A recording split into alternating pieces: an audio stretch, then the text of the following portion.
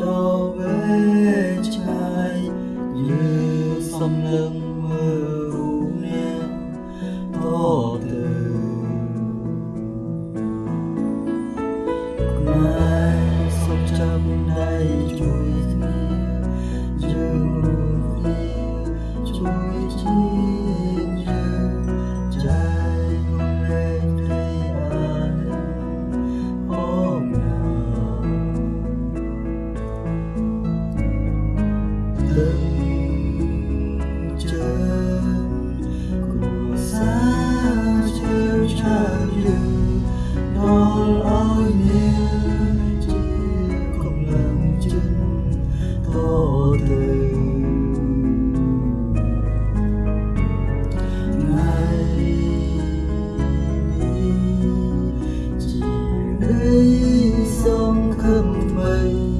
như có dây chui đôi mịt mây chui ta dây đưa cuốn to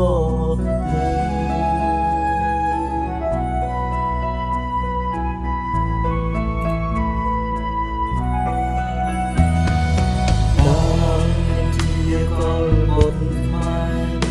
chưa tìm lại chẳng tiếng nói như chưa còn một đầy chua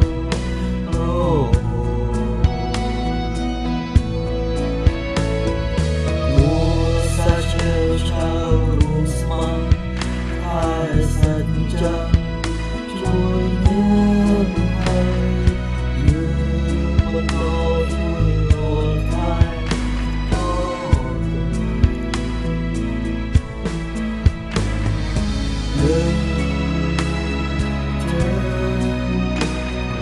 xa chiều trao